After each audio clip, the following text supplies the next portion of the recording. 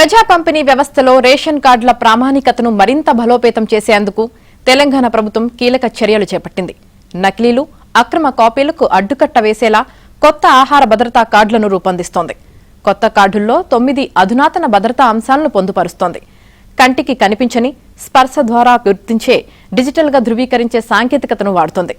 Card ముందు భాగంలో జిల్లా పౌర సరఫరాల శాఖ అధికారి సంతకాన్ని పొందుపరుస్తారు.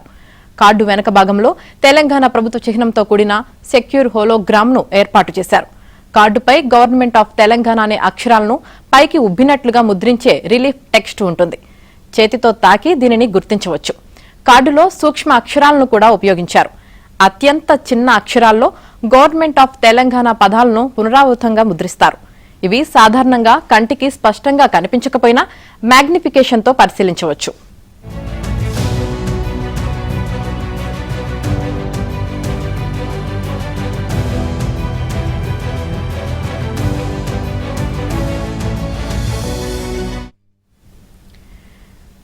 డ్యూయల్ హిడెన్ ఇమేజ్ అనే సాంకేతికతను కూడా కార్డులో వినియోగిస్తున్నారు. ఒకదానిపై మరొకటి సూపర్ ఇంపోజ్ చేసిన అక్షరాలు లేదా గుర్తులు నిర్దిష్ట కోణంలో లేదా మ్యాగ్నిఫికేషన్తో పరిశీలించినప్పుడు కనిపించేలా రూపొందించారు. ఇందులో జీవో, టీజీ, ఒరిజినల్ వంటి రహస్య గుర్తులను రూపించారు. తెలంగాణ ప్రభుత్వ చిహ్నంతో వాటర్ మార్కును కూడా కార్డుపై పొందుపరిచారు. ఈ వాటర్ మార్కును వెలుతురుకు ఎదురుగా ఉంచినప్పుడు స్పష్టంగా కనిపిస్తుంది. కార్డుపై ఇన్విజిబుల్ యూవీ లోగోను కూడా ఏర్పాటు చేశారు. ఈ లోగో అల్ట్రావైలెట్ కాంతి కింద మాత్రమే కనిపిస్తుంది. కార్డు వెనక భాగంలో ఎన్క్రిప్టెడ్ క్యూఆర్ కోడ్ ఉంటుంది.